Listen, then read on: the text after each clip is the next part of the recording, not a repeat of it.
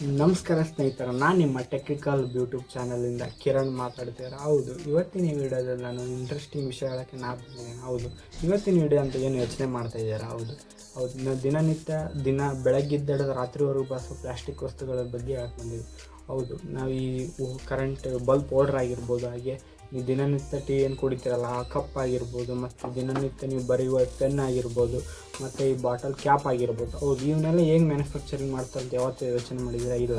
ಹಾಗಾದರೆ ಇವತ್ತಿನ ವೀಡಿಯೋದಲ್ಲಿ ನೀವು ಇದರ ಮ್ಯಾನುಫ್ಯಾಕ್ಚರಿಂಗ್ ಹೇಗಾಗುತ್ತೆ, ಯಾವ ಮಿಷಿನಲ್ಲಿ ರೆಡಿ ಆಗುತ್ತೆ ಅಂತ ತಿಳಿಸೋಕ್ಕೆ ಬಂದೀನಿ. ಹೌದು, ಇನ್ನೂ ಯಾರೆಲ್ಲ ನಮ್ಮ ಚಾನಲ್ನ ಸಬ್ಸ್ಕ್ರೈಬ್ ಮಾಡಿ ಮತ್ತು ಪಕ್ಕದಲ್ಲಿರೋ ಬೆಲ್ ಐಕಾನ್ನ ಕ್ಲಿಕ್ ಮಾಡಿ. ಈ ವಿಡಿಯೋ ಸ್ಟಾರ್ಟ್ ಮಾಡೋಕ್ಕಿಂತ ಮುಂಚೆ ಒಂದು ವಿಡಿಯೋ ಹಾಕಿ ನೋಡ್ಕೊಂಬರ್ರಿ.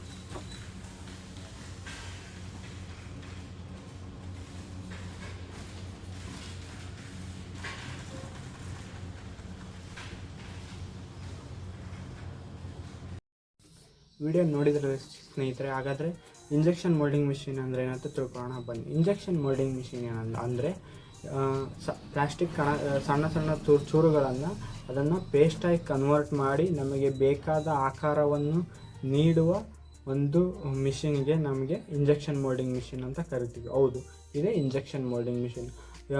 ಎಕ್ಸಾಂಪಲ್ ನಿಮಗೆ ಹೇಳಬೇಕಂದ್ರೆ, ಹಿಂದಿನ ಕಾಲದ ಹಚ್ಚು ಅಂತ ಏನು ಬಳಸ್ತಿದ್ರಲ್ಲ, ಅದೇ ರೀತಿ ಇದು ಕೂಡ ಮಿಷಿನ್ ಪ್ರೊಸೆಸ್ ಆಗಿದೆ. ಇದನ್ನು ನಾವು ಇಂಜೆಕ್ಷನ್ ಮೋಲ್ಡಿಂಗ್ ಮಿಷಿನ್ ಅಂತ ಕರಿತೀವಿ.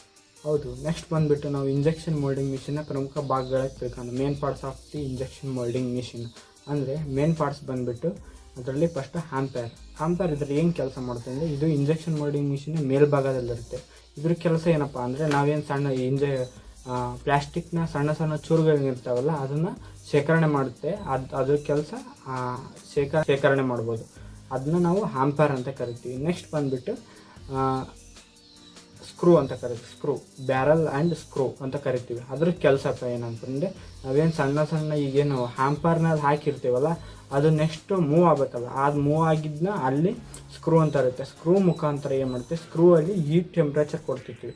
ಆ ಹೀಟ್ ಟೆಂಪ್ರೇಚರ್ ಮೂಲಕ ಏನು ಸಣ್ಣ ಚುರುಗಳು ಇರ್ತವಲ್ಲ ಅದು ಬ್ಯಾರಲ್ ಒಳಗಡೆ ಸ್ಕ್ರೂ ಇರುತ್ತೆ. ಆ ಸ್ಕ್ರೂ ಮುಖಾಂತರ ಅದು ಮುಂದಕ್ಕೆ ರನ್ ಆಗ್ತಾ ಏನು ಮಾಡಿ ಅದೇನು ಘನ ರೂಪದಲ್ಲಿ ಇರೋದನ್ನ ಅದನ್ನ ಹೀಟ್ ಟೆಂಪ್ರೇಚರ್ ದ್ರವ ರೂಪಕ್ಕೆ ಕನ್ವರ್ಟ್ ಮಾಡುತ್ತೆ. ಅದನ್ನೇ ನಾವು ಬ್ಯಾರಲ್ ಆ್ಯಂಡ್ ಸ್ಕ್ರೂ ಅಂತ ಕರಿತೀವಿ. ನೆಕ್ಸ್ಟ್ ಬಂದುಬಿಟ್ಟು ಕ್ಲ್ಯಾಂಪಿಂಗ್ ಯೂನಿಟ್ ಅಪ್ಪ ಏನಂದರೆ, ನಾವೇನು ಯಾವ ಮೋಲ್ಡ್ ಬೇಕಲ್ಲ ಅದನ್ನ ಓಲ್ಡ್ ಮಾಡೋದಕ್ಕೆ ನಾವು ಕ್ಲ್ಯಾಂಪಿಂಗ್ ಯೂನಿಟ್ನ ಬಳಸ್ತೀವಿ. ಕ್ಲ್ಯಾಂಪಿಂಗ್ ಯೂನಿಟ್ ಅಂತ ಕರಿತೀವಿ. ನೆಕ್ಸ್ಟ್ ಬಂದ್ಬಿಟ್ಟು ಮೋಲ್ಡ್ ಅಂದ್ರಪ್ಪ ಏನು, ನಿಮಗೆ ಬೇಕಾದ ಆಕಾರ ಏನು ನಾವು ಹಚ್ಚು ಅಂತ ಕರಿತೀವಲ್ಲ, ಹಚ್ಚನ್ನ ನಾವು ಮೋಲ್ಡ್ ಅಂತ ಕರಿತೀವಿ. ಮೋಲ್ಡ್ನ ಕ್ಲ್ಯಾಂಪಿಂಗ್ ಯೂನಿಟ್ಗೆ ನಾವು ಹೋಲ್ಡ್ ಮಾಡ್ತೀವಿ, ಅದನ್ನು ನಾವು ಮೋಲ್ಡ್ ಅಂತ ಕರಿತೀವಿ. ಹೌದು, ಇದಿಷ್ಟು ಏನು ಇಂಜೆಕ್ಷನ್ ಮೋಲ್ಡಿನ ಪ್ರಮುಖ ಭಾಗಗಳು. ಈ ನೆಕ್ಸ್ಟ್ ಬಂದುಬಿಟ್ಟು ನೆಕ್ಸ್ಟ್ ನೋಡೋದಾದರೆ, ನಾವು ಇಂಜೆಕ್ಷನ್ ಮಿಷಿನ್ ಹೇಗೆ ಕೆಲಸ ಮಾಡುತ್ತೆ ಅಂತ ತಿಳ್ಕೊಬೇಕಾದ್ರೆ ತಿಳ್ಕೊಳ್ಳೋಣ ಬನ್ನಿ.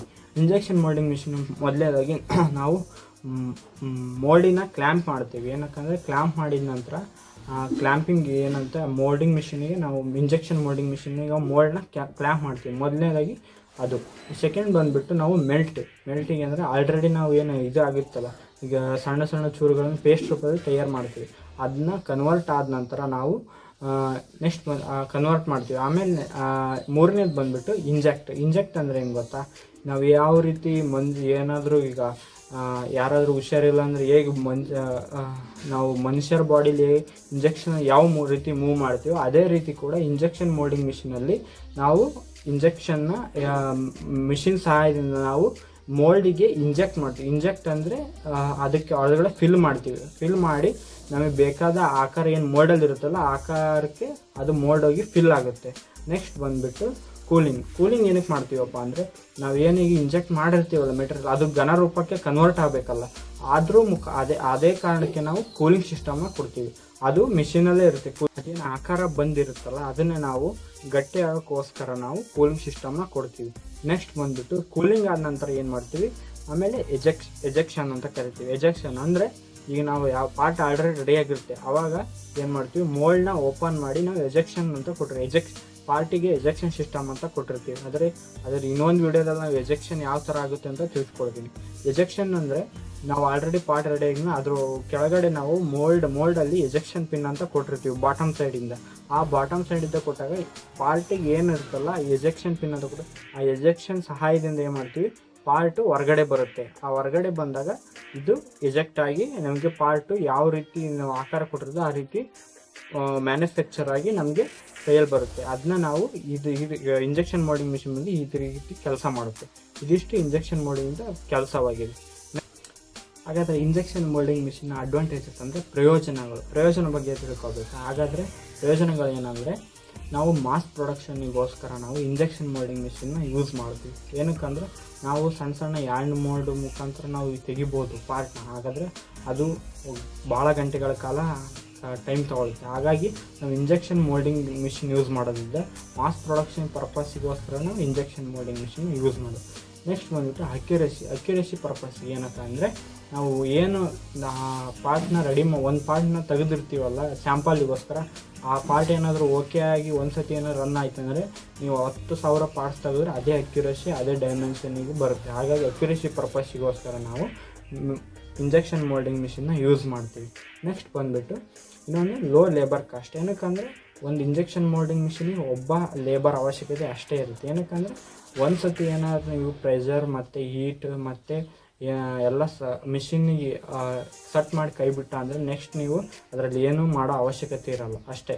ಇದಿಷ್ಟು ಇಂಜೆಕ್ಷನ್ ಮೋಲ್ಡಿಂಗ್ ಮಿಷಿನ್ ಅಡ್ವಾಂಟೇಜಸ್.